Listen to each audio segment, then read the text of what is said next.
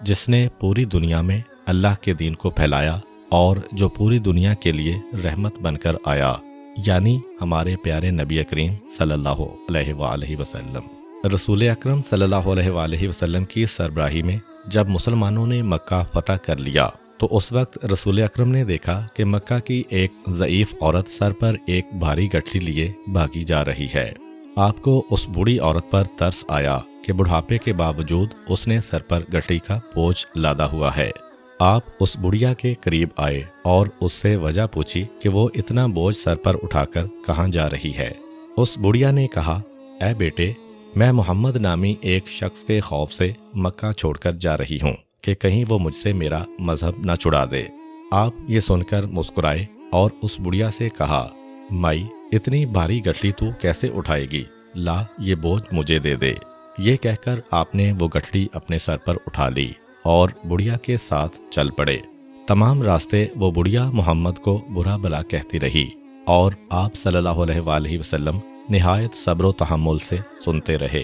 آخر کار بڑھیا اپنی منزل پر پہنچ گئی۔ آپ نے بڑھیا کی گٹھلی اس کے حوالے کر کے واپسی کی اجازت چاہی۔ بڑھیا نے آن حضور کا شکریہ ادا کرتے ہوئے کہا، بیٹے، مکہ میں محمد آ گیا ہے، وہ بہت بڑا جادوگر ہے، اس سے بچ کر رہنا۔ آپ نے بڑھیا کی بات سن کر نہایت ملائمت سے کہا، مائی، میں وہی محمد ہوں جس کے خوف سے تو مکہ چھوڑ آئی ہے۔ بڑھیا نے جب یہ سنا تو وہ بہت شرمندہ ہوئی اور اس نے کہا، بے شک آپ اللہ کے نبی ہیں جو دشمنوں کے ساتھ بھی اچھا سلوک روا رکھتے ہیں۔ پھر وہ بڑھیا آن حضور صلی اللہ علیہ وآلہ وسلم کے حسن سلوک سے اس قدر متاثر ہوئی کہ اس نے اپنا مذہب چھوڑ کے فوراً دین اسلام قبول کر لیا۔ حضرت علی کرم اللہ وجہہ ہمارے پیارے نبی کریم صلی اللہ علیہ وآلہ وسلم کے چچا زاد بھائی اور داماد تھے۔ آن حضور کو حضرت علی سے بہت محبت تھی۔ حضرت علی بچپن سے ہی آن حضور کے ساتھ ساتھ رہتے تھے۔ حضرت علی نے آن حضور کی تعلیمات پر صحیح معنوں میں عمل کیا۔ جب آن حضور صلی اللہ علیہ وآلہ وسلم نے اللہ تعالیٰ کے حکم سے اپنی نبوت کا اعلان کیا اور لوگوں کو اسلام کی دعوت دی تو یہ حضرت علی ہی تھے جنہوں نے سب سے پہلے آپ کی دعوت پر اسلام قبول کیا۔ اس وقت حضرت علی کی عمر صرف 9 برس تھی۔ حضرت علی نے ہر مشکل گھڑی میں آن حضور کا ساتھ دیا۔ یہی وجہ تھی کہ رسول اللہ صلی اللہ علیہ وآلہ وسلم کو حضرت علی کرم اللہ وجہہ سے خاص محبت تھی۔ رسول اللہ نے اپنی پیاری بیٹی حضرت فاطمہ سلام اللہ علیہا، جنہیں خاتون جنت بھی کہتے ہیں، کو حضرت علی کے نکاح میں دے دیا۔ حضرت امام حسن اور امام حسین علیہ السلام حضرت علی اور حضرت فاطمہ کے بیٹے ہیں۔ آن حضور کو اپنے ان نواسوں سے بہت محبت تھی۔ ہماری اسلامی تاریخ حضرت امام حسن اور حضرت امام حسین کے سنہری کارناموں سے بھری ہوئی ہے۔ حضرت علی کی طرح ان کی اولاد نے بھی دین اسلام کی سربلندی کے لیے بڑی قربانیاں دیں اور اپنے والد کے نقش قدم پر چلتے ہوئے اپنے نانا حضرت محمد صلی اللہ علیہ وآلہ وسلم کے دین کا بول بالا کیا۔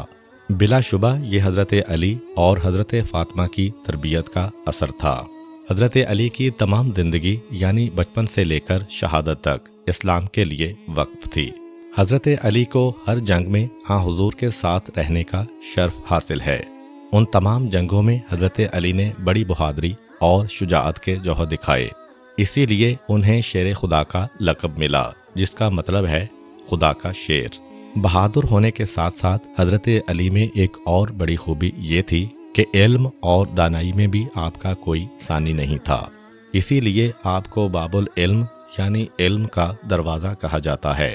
یہ واقعہ حضرت علی کرم اللہ وجہہ کا ہے۔ ایک دفعہ کا ذکر ہے کہ نبی کریم صلی اللہ علیہ وآلہ وسلم کی محفل میں صحابہ کرام رضوان اللہ علیہم بیٹھے تھے۔ حضرت علی آن حضور کے بالکل پاس پہلو میں بیٹھے تھے۔ حضرت علی کو کیونکہ حضور کا قرب حاصل تھا اور بچپن سے حضرت علی حضور کے ساتھ ساتھ رہتے تھے، اس لیے آپ حضور سے کبھی کبھی مذاق بھی کر لیا کرتے تھے، لیکن اس مذاق میں شائستگی کا پہلو ہوتا تھا۔ یہ واقعہ بھی کچھ ایسا ہی ہے۔ کوئی صحابی رسول حضور کی خدمت میں کھجور کی ایک ٹوکری لے کر آئے۔ آپ نے وہ ان صحابہ کرام میں تقسیم کی جو آپ کی محفل میں شریک تھے اور کھجور کی افادیت پر روشنی ڈالی۔ اس کے بعد حضور صلی اللہ علیہ وآلہ وسلم اور تمام صحابہ کرام کھجوریں کھانے لگے۔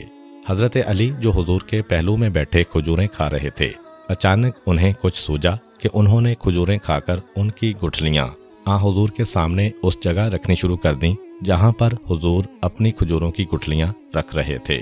سارے صحابی کھجوریں کھا کر گٹھلیوں کا ڈھیر اپنے سامنے لگا رہے تھے، جبکہ حضرت علی اپنی گٹھلیاں حضور کی گٹھلیوں میں رکھ رہے تھے۔ اس لیے حضور کے سامنے نسبتاً گٹھلیوں کا بڑا ڈھیر تھا۔ جب سب کھجوریں کھا چکے تو حضرت علی نے سب کی گٹھلیوں کی طرف دیکھتے ہوئے از راہ مذاق کہا، یہ دیکھیے کہ سب سے زیادہ کھجوریں ہم میں سے کس نے کھائی ہیں۔ تمام صحابی حضور صلی اللہ علیہ وآلہ وسلم کے سامنے لگی ہوئی بڑی ڈیری کو دیکھنے لگے، لیکن کسی کو کچھ کہنے کی ہمت نہ ہوئی۔ حضور جو حضرت علی کی شرارت کو بھانپ چکے تھے، مسکرائے اور بڑی حاضر جوابی سے کہا، ساتھ یہ بھی دیکھیے کہ کون کھجوریں گٹھلیوں سمیت کھاتا رہا ہے۔